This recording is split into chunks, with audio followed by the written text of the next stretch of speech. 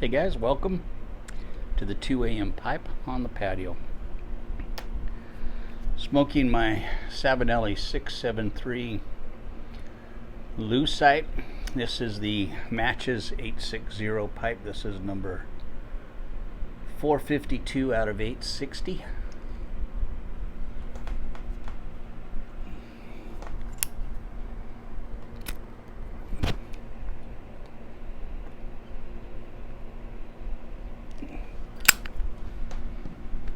And in it, I am smoking Baren's Vanilla Cream. Loose cut. Absolutely one of my favorite aromatic tobaccos of all time. And I hadn't smoked that in years. And Charlie Knott, I think it was Charlie Knott, brought this and gave that to me when he came to visit.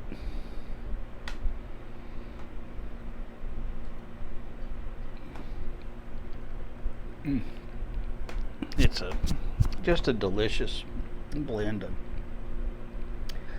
great aromatic.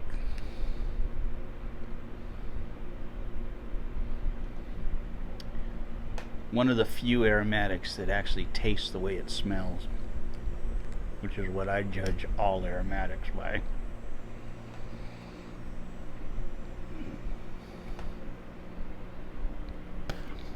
If it doesn't taste like it smells, then I usually won't smoke it.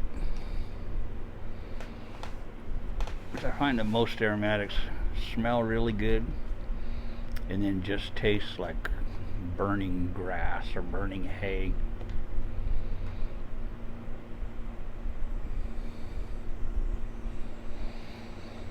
There's a very short list of tobaccos that are aromatics that taste like they smell. This is one of them.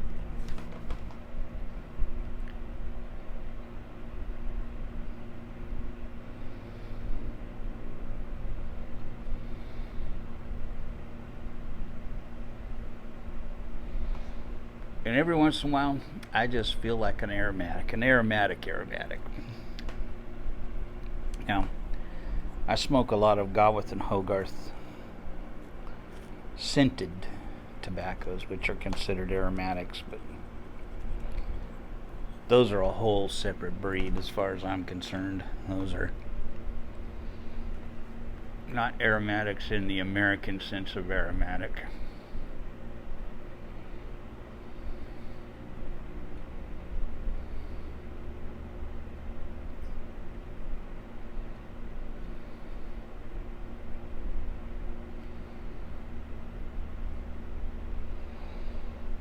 It's hot today.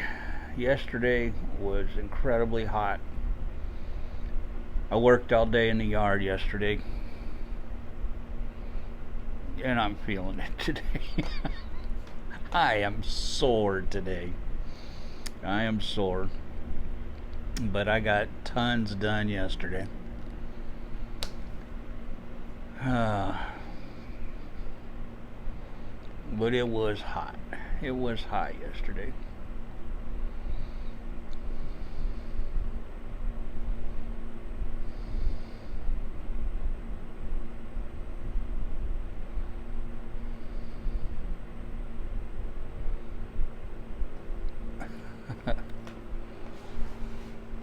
I had ordered them.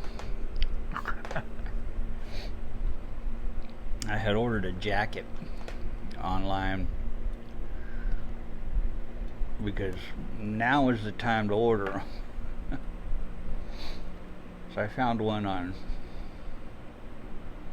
I think it was eBay. I think I got it off eBay. So Levi's Sherpa jacket, you know, the ones with the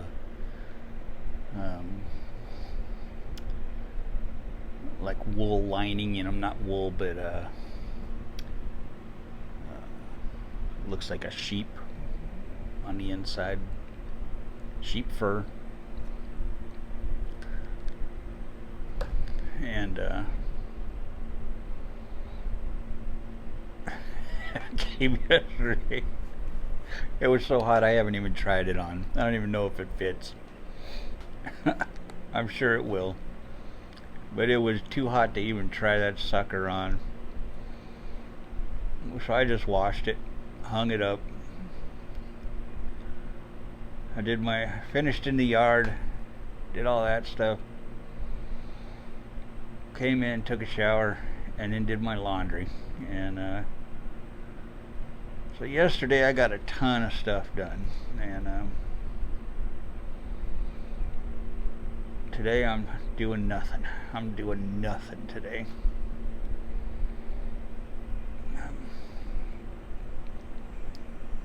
I'm on barbecue today. That's what I'm going to do today. I don't care how hot it gets. It's never too hot to barbecue.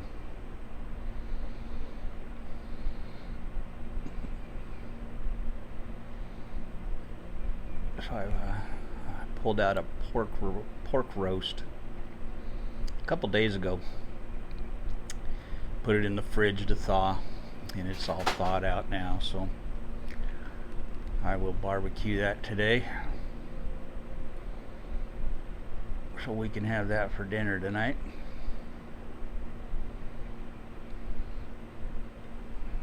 Smoke that over some applewood chunks, and I'm going to cook it on the Weber Smoky Mountain. So I'm just going to use regular old Kingsford original charcoal. I think I got enough. If I don't have enough, I'll throw some lump charcoal on top of it.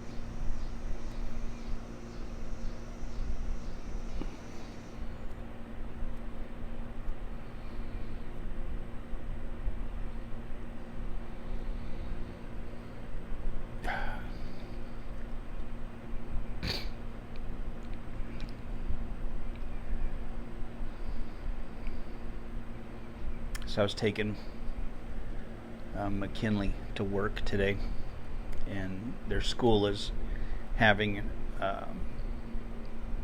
the school Olympics. This past week has been the school Olympics. So today she teaches. When she started there, she was teaching all grades. She was in all grades, but now she's got she's in just a, I think it's 3, 4, and 5-year-olds that she's teaching now. And so she went out and she bought some silly string, and she's in the team green classroom, and then there's another classroom that's team red, which is I think the same age group as her class. So she bought some red silly string and some green silly string, and she challenged the other class yesterday to a silly string fight.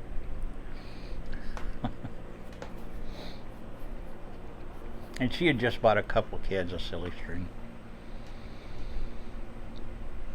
Well, this morning the other teacher from the other class sent a video out with all of her kids with green silly string or red silly string, and they said, Team Green, you're going down, Team Green, or something like that.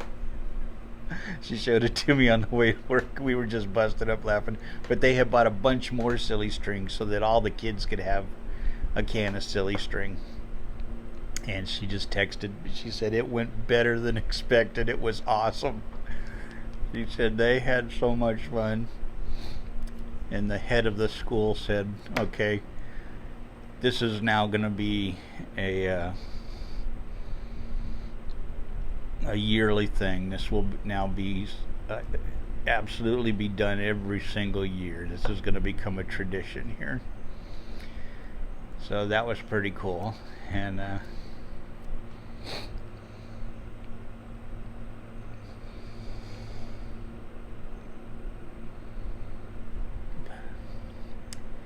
McKinley's a pretty quiet person.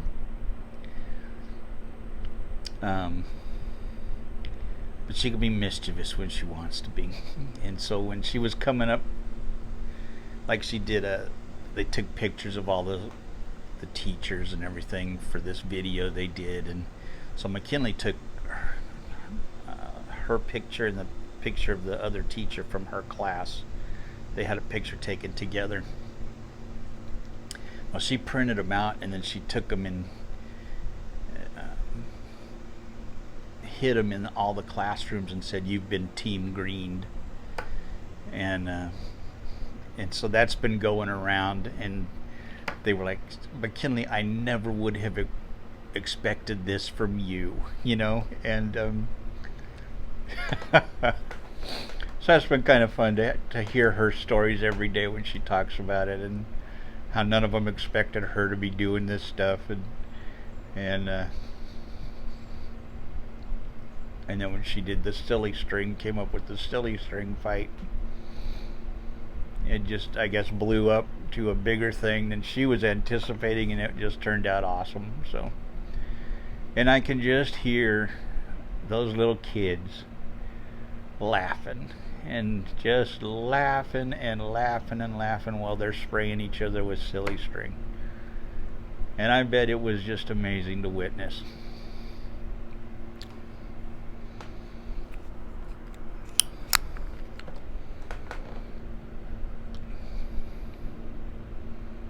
She's a good kid.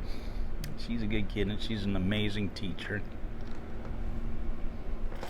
She's got such a compassionate heart, and the kids just adore her. I mean, and I'm not just saying that because she's my daughter, but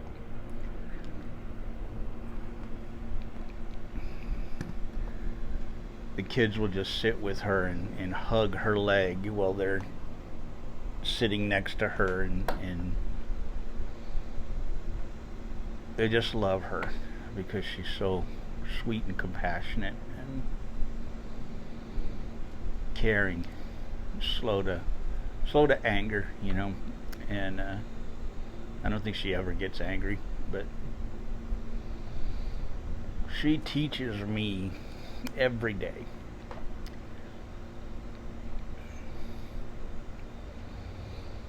And I'm so thankful for her. But McKinley, I learn so much from her every single day. Not just how to be a good human being. And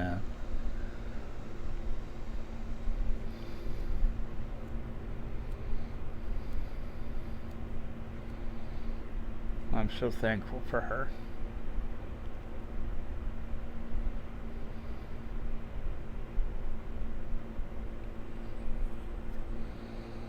And I know her school is very thankful for her too. And they go out of their way to show her how thankful they are. And,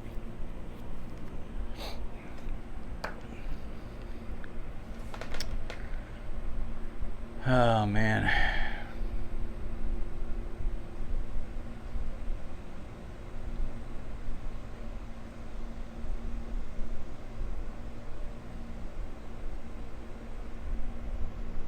There's this one little boy, she tells me stories.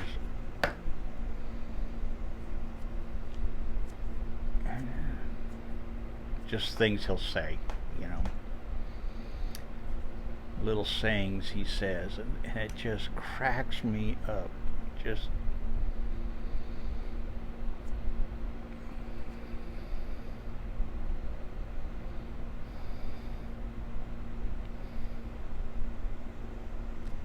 he was talking about eating his papa's Oreos. He says, "I ate them all gone. I ate them all gone." Why do you think he shared them with me? Because I ate them all gone. Just the cutest stuff, you know. And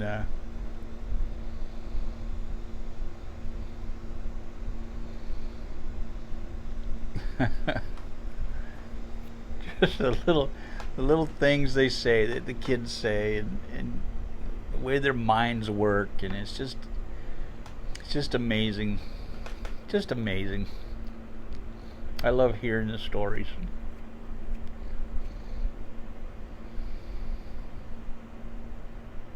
I ate 'em all gone. And he's got a real deep southern accent, this little boy. I ate 'em all gone.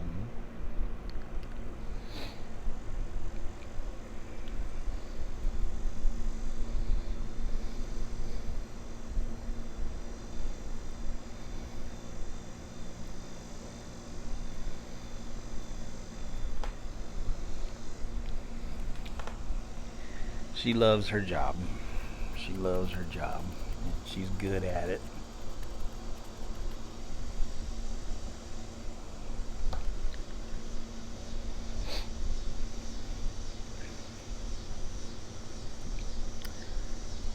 I have great respect for teachers.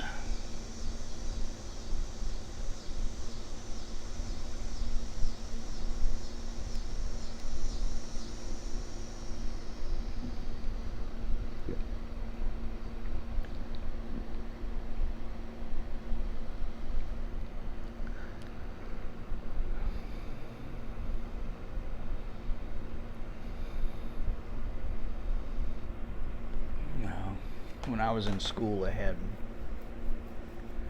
the same teachers for 6th, 7th, and 8th grade. They rotated classrooms. The teachers rotated. We stayed in the classroom. The teachers would rotate. So I had like Miss Ross for math, and Mr. Lowry for English and reading, and Mr. Hanks for history. And I gotta tell you, particularly Mr. Hanks and Mr. Lowry had huge impacts on me.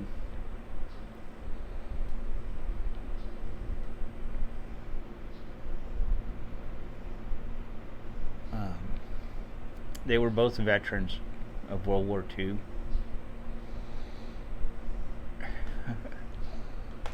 And we could often get out of tests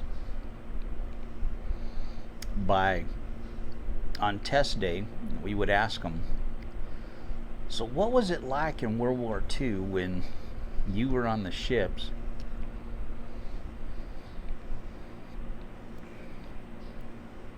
and the kamikazes would attack?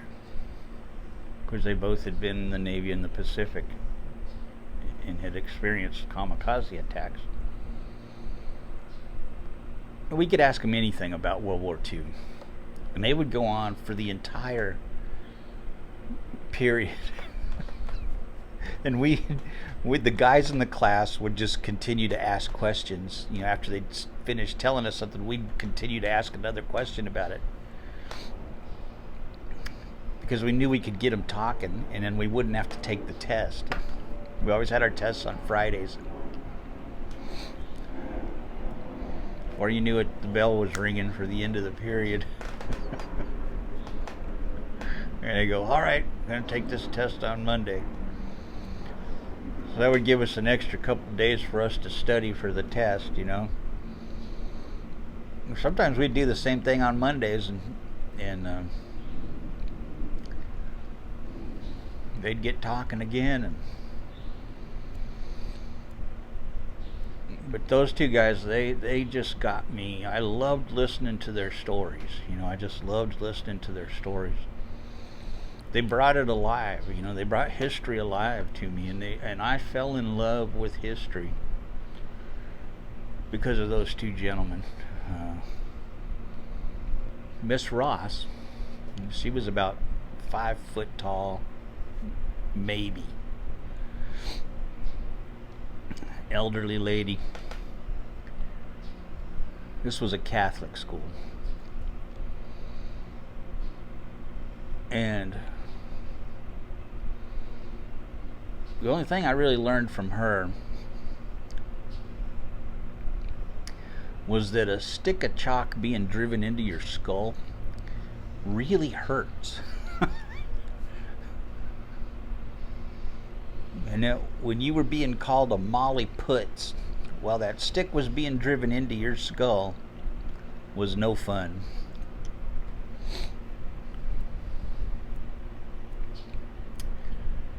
I despised math.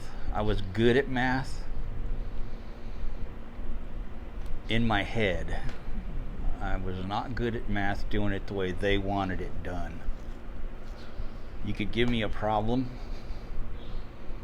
and I could give you the answer, but I couldn't do it the way they wanted it done, and that just ticked them off. Because I just could do it in my head. I have a way of doing math in my head.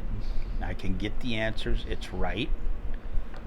I just wouldn't do the work out the way they wanted it done, and it just drove her especially nuts.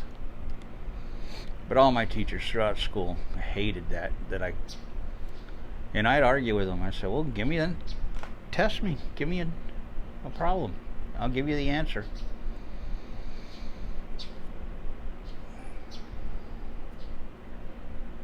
And they'd do that. I'd give them the answer, and they said, well, if you don't show the work, you're not doing the problem right. And I said, well, I'm getting the answer right, and that's the only thing I care about. And it drove them nuts. And in high school, finally, they took me out of the math class I was in, and they said, well, we're going to put you in remedial math if you can't do the work. And I said, well, then put me in remedial math. And I hated math. I hated going to math class because it was always a battle. So they put me in remedial math, and that was just, addition, subtraction, multiplication, and division. And that stuff, I could do all that stuff with my eyes closed. And I really could care less about showing the work in math. When it drove them nuts. And they'd write my parents letters, and I'd say, I'm getting the answers right. What's the problem? When their thing was, you got to use your brain. You got to use your brain. And I said, I'm using my brain. I'm doing the math in my brain. It just drove them nuts.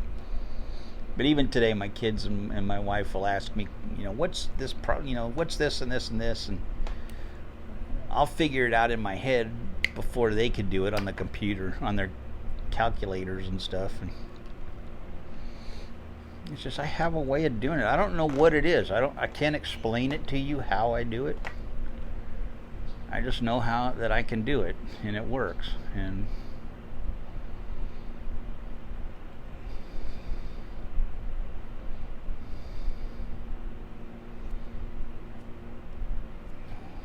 I don't know what it is, but I hate math because of the way they made me go through it.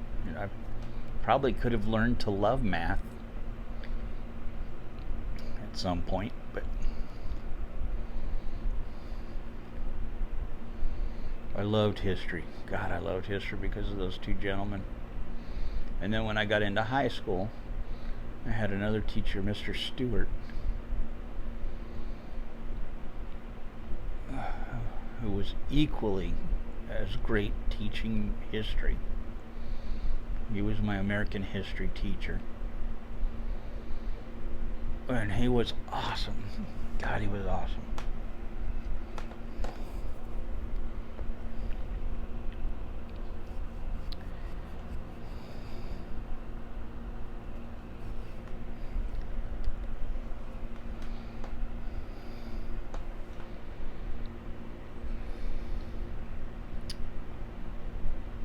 But anyway,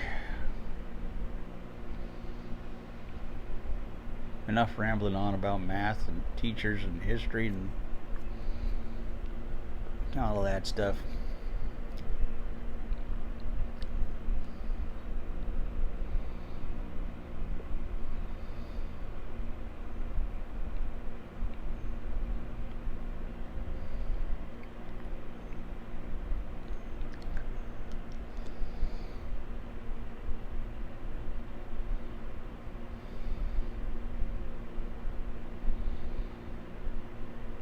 I will catch you guys later. Have a good one. God bless. I'll see you later.